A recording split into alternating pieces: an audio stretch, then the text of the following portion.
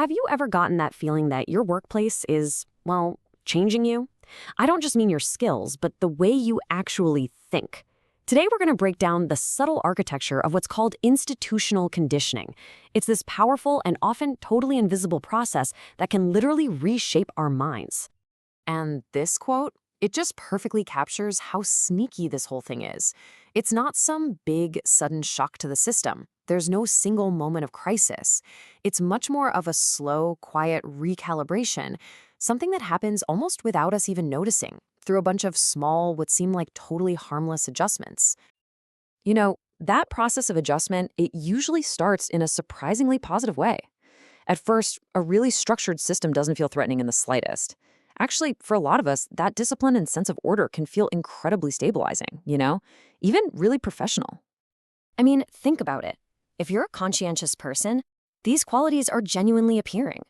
They line up perfectly with what we already believe serious high-quality work is supposed to look like. The place seems efficient, the hierarchy is clear, there's not a lot of ambiguity. So compliance doesn't feel like submission, no, it feels like the totally natural thing to do. And this is where the system is kind of genius.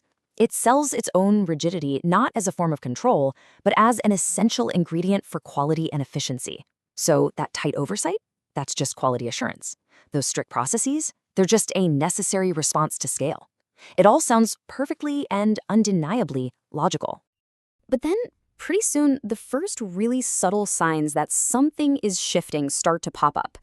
And what's interesting is they often show up not in some big action, but in the specific language that gets used every single day.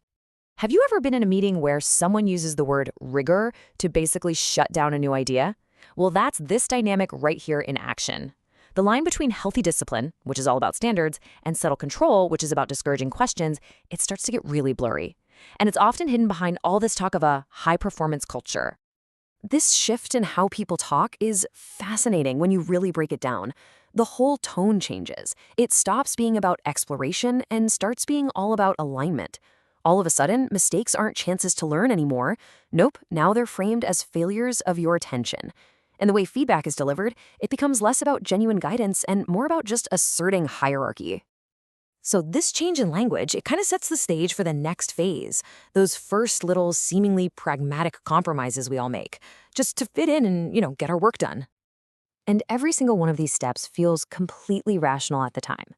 You put up with a clunky process to show you're a team player, you bite your tongue on some small disagreement to avoid rocking the boat.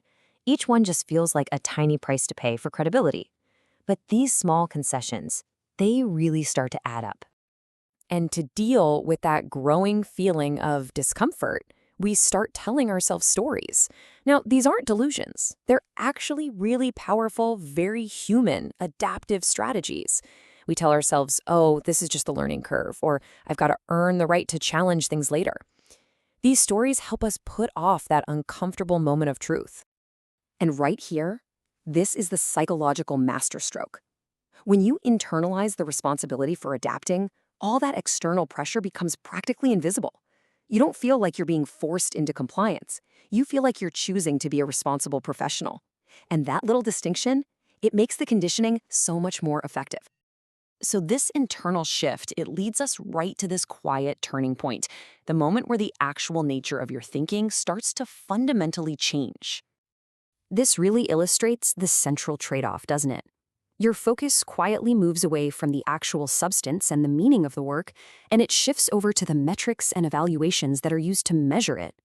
The main question in your head changes from, what's the right thing to do here, to how is this going to be judged by the system? And the result of that?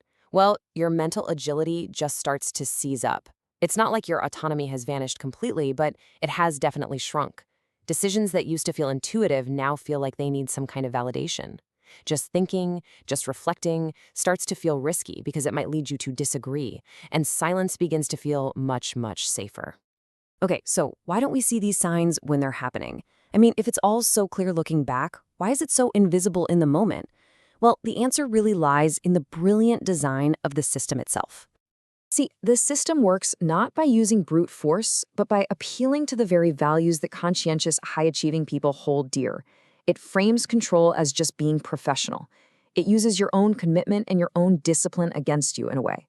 By the time you might realize something's off, Resisting feels disruptive, and leaving, well, that just feels premature. So, what we've been describing this whole time is institutional conditioning. It's really not about a personal failure or you not being aware enough.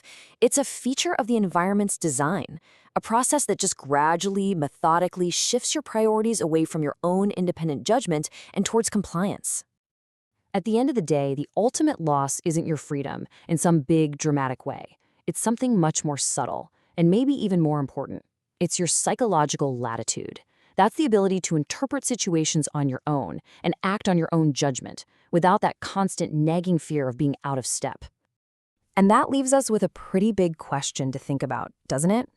In our own professional lives, as we navigate all these systems built on order and evaluation, how much of that essential psychological latitude do we really have left?